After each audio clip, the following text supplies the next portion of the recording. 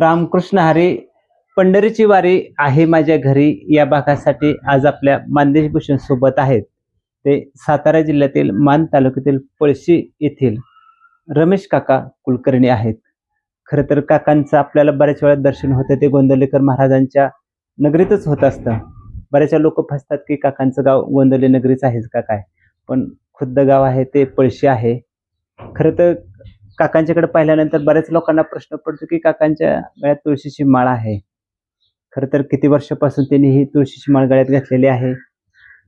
तुळशीची माळ घातल्यानंतर जीवनात कुटुंबात कसे बदल होत गेले आणि खरं तर या वयात काका अजून पायदिंडी सोहळ्यामध्ये सहभागी होत असतात.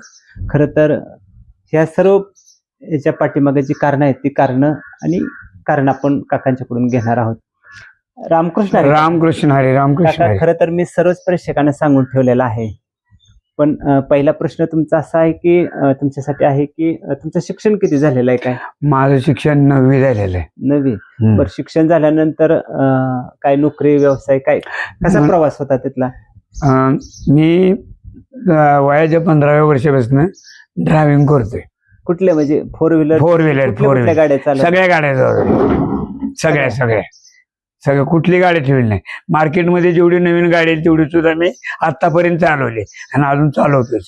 नवीन गाडी मार्केटमध्ये आली तर त्याची कशी माहिती घेता तुम्ही? काय ड्रायव्हर असल्यामुळं आणि मला इलेक्ट्रिशियनची माहिती असल्यामुळं आणि माझं पेशाचाच आहे की मेकॅनिकल लाईनच आहे, त्यामुळं मला सांगायला काही लागत नाही. नवीन गाडी आली का त्याची थोडीफार माहिती घेऊन येऊ द्या. काका, अजून एक प्रश्न तुमच्यासाठी आहे की हे झालं आपलं शिक्षण व्यवसाय. पुढचा प्रश्न असा आहे की तुळशीची माळ आहे तुमच्या गळ्यात, तर ती कसं आहे म्हणजे वयाच्या किती वर्ष घातली, कसा आहे तो प्रवास जीवनातला? तर माळ्याच्या बाबतीत बोलायचं झालं तर आमची ही परंपरा झालेली आहे. आमचे आजोबा, आमचे वडील आणि त्यांच्यानंतर मी. आजोबापासून वडिलांच्याकडे आले आणि वडिलांच्याकडनं माझ्याकडे आली. मला कळायला लागल्यानंतर मी वडिलांच्या बरोबर गोंदवल्याला जायचो. तेव्हा तिथं तो अनुग्रह द्यायचे, तेव्हा मी तिथं गोंदवलेकर महाराजांचा अनुग्रह घेऊन तिथं तुळशीची माळ घातलेली आहे. आतापर्यंत माझा माळेचा प्रवास असा आहे. तुळशीची माळ गळ्यात घातले की नाही की एक भगवंताबद्दल प्रेम निर्माण होतं आणि माणूस हा सर्वसाधारण चालताना चाकुरीतून चालत असतो. तो सगळीकडे म्हणजे धार्मिक दृष्ट्या त्याला सगळं ऑटोमॅटिक कळत असतं, कसं माणसाबरोबर वागायचं, कसं बोलायचं, धार्मिक बाबतीत काय करायचं. हे माळ घातली का नाही, हे माळेचा गुणच असा आहे, पवित्र आहे ती माळ. तो ऑटोमॅटिक त्या माळकऱ्याच्या अंगात शिरत असतो आणि त्याला तो नित्यनेमच लागून राहतो. त्याला दररोज वाटतं सकाळी उठावं, देवाची पूजा करावी, हरिपाठ म्हणावा, संध्याकाळी भजन करावं, कुठं कार्यक्रम कीर्तनात असला तर ऐकायला जावं. ह्या माळेमुळं आणि त्या माळेमुळं काय होतं, त्याचं ऑटोमॅटिकच घरातलं सर्व रुटीन व्यवस्थित रुटीनला लागलेलं असतं आणि जनसामान्य लोक सुद्धा त्या माणसाला माळ करायला तुळशीची माळ गळ्यात असल्यामुळे म्हणजे चांगल्या दृष्टीने पाहत असतात. मार्केटमध्ये बघितलं तर माणसं विचारतात, पण असं नाही, माळ घातली की म्हणतात बुवा कोणीतरी आला, बाबा ह्याचं काय चौकशी करायची असते, कुठले आहे, काय वारी करता का, हे असं प्रत्येकाच्या मनात भावना निर्माण होतात. सगळे हे होतं म्हणजे एक वेगळेच विचार असते, बदलते ते माळेमुळं. आता एक सांगा, तुम्ही कीर्तन प्रवचन कसं आहे, ते प्रवचन करता, कीर्तन करता, भजन? मी भजन करतो, हार्मोनियम वाजवतो, तबला पिठी, म्हणजे जिथं कमी कोण पडेल, जरी कीर्तनात कुणी जरी कमी पडेल तिथे मी कुठलीही सेवा उपलब्ध करून देतो, कारण मी सगळ्या बाबतीत तयार आहे. ऑलराऊंडर. म्हणजे वाद्य वाजवायचं कुठले हार्मोनियम आहे, तबला आहे, नियोजन पासून, म्हणजे एवढा मी मोठाही नाही, पण तिथला त्यावेळेचा कार्यक्रम मी पार पाडू शकता तुम्ही. आता एक सांगा काका, आता तुमचं वय काय, म्हणजे किती आहे आता? कालच्या 1 तारखेला मला 74 लागलं, म्हणजे आता पुढल्या वर्षी 75 साजरी. 75. आता सांगा, तुम्ही बऱ्याच वेळेला वारीला जाता, तर वारीला गेल्यानंतर बरेच लोक विचारत असतील तुम्हाला, काका ह्याच्यातनं काय मिळतं, इतके दिवस लांब चालायचं, पाय दुखत नाहीत का, काय वगैरे, असे बरेच प्रश्न तुम्हाला विचारत असतील. आणि काय मिळतं असं शेवटी विचारत असतील तर त्यांना काय सांगताल? असं पाय दुखणे हे प्रत्येकाच्या ह्याच्यावर अवलंबून आहे.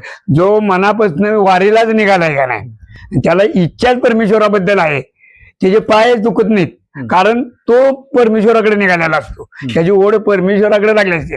विचारणारे विचारतात तशी, पण आमचं कसं असतंय वारकऱ्यांचं, वारकऱ्याला दररोजच व्यायाम आहे. कसा व्यायाम आहे? आम्ही हरिपाठाला आलो तर उड्या मारतो, फुगड्या खेळतो, आमचे भजन म्हणायला लागले तरी मोठ्या आवाजात भजन म्हणतो. त्यामुळं आमच्या शरीराला भजनातून सुद्धा व्यायाम मिळतो. आणि वारीला गेल्याचा एक असा परमानंद मिळतो की आपण कुठेतरी मोठ्या ठिकाणी जाऊन आलेलो आहे आणि समाधान व्यक्त होतं. आता परवाचाच एक विषय झाला, हे माध्यमातून सांगणे माझा पर्सनल, माणसाच्या जीवनात अनेक संकट येतात, कुठलेच येतात, आम्हाला बाकीचे संकट नाही, पण एक असं संकट आलं म्हणून 10 वाजता मी पंढरपूरला, मी म्हणलं पंढरपूरला जातो, निघालो पंढरपूरला. सकाळ तिथे मोटरसायकल ठेवली, गाडी मिळाली, सगळे गेले. 2 तासात माझं दर्शन झालं. मी बाहेर आलो, मला एक फोन आला, हो तुमचं काम झालं, टेन्शन घेऊ नका. हा आनंद आम्हाला तिथे मिळतो. परवाची गोष्ट आहे, जवळच आहे. म्हणजे असं आनंद मिळतो. भक्तीत फार मोठा आनंद आहे, सेवेत फार मोठा आनंद आहे. म्हणजे विचारणाऱ्याला हेच उत्तर आहे त्याच्या. हो, त्याला तेच उत्तर आहे. वारीत काय मिळतं तर हे मिळतं. म्हणजे फार मोठं चढ उतार चढ उतार प्रवास करत असताना जर आपल्याकडे आध्यात्मिक ताकद पाठीशी असेल तर अडचणी येत नाही. अडचणी येत नाहीत. अडचणी जरी आल्या तर तुम्ही ह्या लाईन मध्ये असल्यानंतर ती अडचण तुमची ऑटोमॅटिकली सुटली जाते. हा मला पर्सनल अनुभव आहे, असे बरेच वेळा मला अनुभव आले. आता एक सांगा काका, समजा चुकून या वारकरी संप्रदायाकडे तुम्ही आलाच नसता तर काय झालं असतं?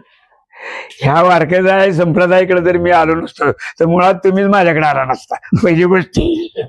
बरोबर आहे. आज आम्ही तोडकं मोडकं का असो ना, पण ही नित्य नियमातली माणसं आहेत म्हणून तुम्ही आमच्याकडे आला. तुम्हाला सुद्धा वाटतंय की हे वारकरी आहेत, ह्यांना पैसे आपण जायला पाहिजे, तसं तुमचं सुद्धा आभार मानलं पाहिजे, कारण तुम्ही दुसऱ्याकडे गेला ना, आमच्या वारकऱ्यांच्याकडे आला. हे महत्वाचं आहे. ही ताकद आहे, ही ताकद आहे वारकऱ्यांची, माळ्याची वारकऱ्यांची आहे किंवा आध्यात्मिक ताकद आहे, ती ताकद आहे. खरं तर असाच प्रश्न आहे. खरं तर आज बघतोय आपण, खरं तर एका मुलाखतीतच मला सांगितलं होतं की आमच्याकडे काय आहे, माळकऱ्यांच्याकडे काय आहे, कीर्तन प्रवचकारांकडे काय आहे.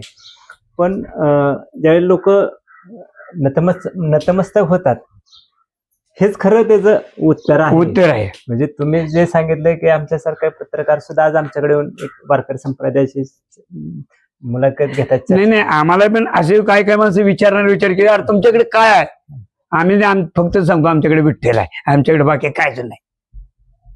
तेव्हा ठेवल तसं आम्ही राहायचं. ह्याच्यातच सगळं आलेलं आहे. जिथं कमी किंवा काय म्हणतो आपण, तिथे विठ्ठल पाठीशी असलं की काहीच अडचण नाही.